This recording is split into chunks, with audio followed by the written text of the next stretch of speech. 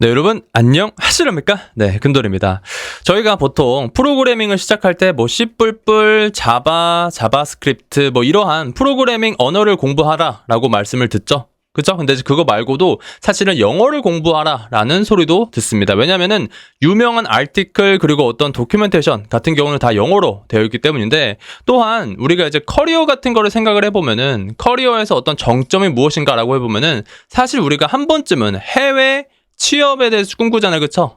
해외 취업을 하게 되면은, 예를 들어서 뭐 실리콘밸리에 취업을 하게 되면은 연봉이 2배에서 4배 정도 뻥 튀기게 되잖아요. 그쵸? 그러면서 또 자신의 브랜딩 이미지, 야, 나 실리콘밸리 엔지니어야 라고 하는 그런 브랜딩도 생기고 말이죠. 네, 그래서 해외 취업을 한다라고 했을 때 그때의 영어는 필수입니다. 자, 그러면은 만약에 우리가 해외 취업을 한다라고 했을 때 이런 영어를 어떻게 공부해야 될까? 사실 개발자가 쓰는 영어는 조금 더 한정적이고 조금 특별한 그런 측면이 있습니다. 뭐 예를 들어서 다이나믹 프로그래밍에 대해서 설명해 주세요라고 했을 때 기존 영어 우리가 뭐 헬로우 월드 뭐 이런 것만 공부해서는 모르잖아요. 그쵸? 그러한 뭐 IT 면접을 준비하거나 개발자들이 필요한 영어를 정리한 책을 오늘 소개해 드리고자 합니다. 바로 개발자가 영어도 잘해야 하나요? 라고 하는 책인데요. 이 책 같은 경우는 한국의 평범한 개발자가 해외 취업을 하면서 고군분투하면서 이럴 때는 이런 영어가 필요하지, 다이나믹 프로그래밍은 이렇게 설명해야지 라고 하는 그러한 경험담을 담은 그런 책인데요. 예를 들어서 제 접근 방식은 시간 복잡도를 최적화하고자 동적 프로그래밍 솔루션을 구현하는 것입니다.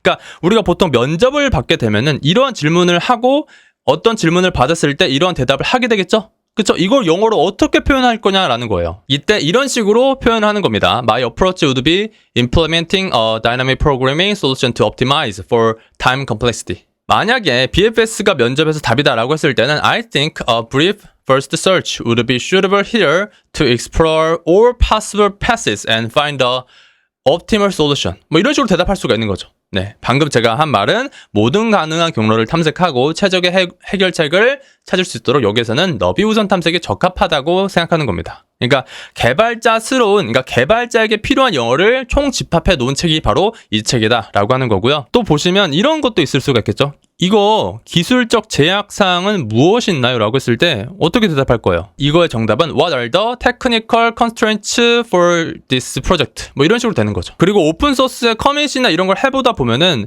줄임말 같은 걸 볼 수가 있을 거예요. 뭐냐면은 예를 들어서 뭐 WIP, LGTM. 그러니까 우리가 오픈소스에다가 커멘트 하다 보면은 LGTM이라고 하는 걸 발견할 수 있을 거예요. 그게 뭐냐면 looks good to me, 저에게는 좋아 보여 라고 하는 줄임말이거든요. 이런 줄임말이 개발자들 그 커뮤니티나 이런 커멘트 사이에 비일비재하거든요. 그런 줄임말에 대해서도 좀 정리한 부분이 이 책이 좀 좋은 점이다 라고 생각을 하고요. 지금 보시는 것처럼 The UI design is still WIP. WIP가 working in progress 라는 진행 중이다 라는 거고요. But it already LGTM. 이미 제가 보이기에는 좋아 보여 라는 뭐 이런 뜻을 가지고 있습니다. 사실 저도 WIP 많이 씁니다. 그러니까 제가 책을 쓰면서 이거 조금 진행 중인데 나중에 작성해야겠다 라고 하는 거는 그냥 WIP라고 선언을 해놓고 다음 장을 작성을 하기도 합니다. 자, 그리고 이 책 같은 경우는 디테일 같은 부분에서도 좀 얘기를 해주는데, 우리가 will과 going to 둘 다 쓸 때 같은 의미로 쓰잖아요. 뭐뭐를 할 것이다 라고 이렇게 쓰잖아요. 그쵸? 근데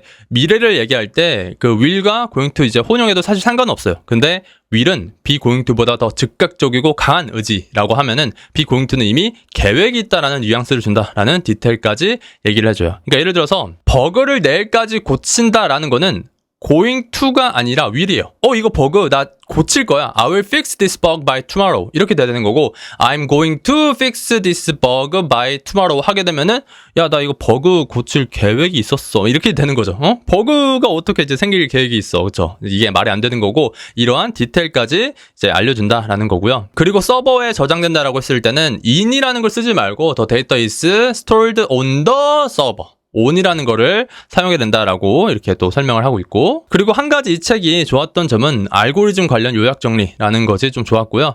지금 보시는 것처럼 뭐 sorting 알고리즘, algorithm that arranges elements in a particular order. 그러니까 우리가 IT 면접에서 질문을 받게 되잖아요. 그렇죠? 야, 너 멀지 쏠 때 병합 정리에 대해서 설명해봐. 이진 검색 설명해줘. 해싱 설명해줘 라고 했을 때, 해싱이요? A technique used to map data to fixed size array. 뭐 이런 식으로 유창하게 확실하게 대답을 할 수가 있다라는 거죠. 만약에 해외 취업을 생각하시거나 그리고 개발자로서 개발자 틱한 그런 영어 역량을 기르고 싶다라고 생각하시는 분들은 이 책을 강력히 추천을 드립니다. 네, 이상 개발자가 영어도 잘해야 하나요? 라는 책이었고요. 오늘은 여기까지.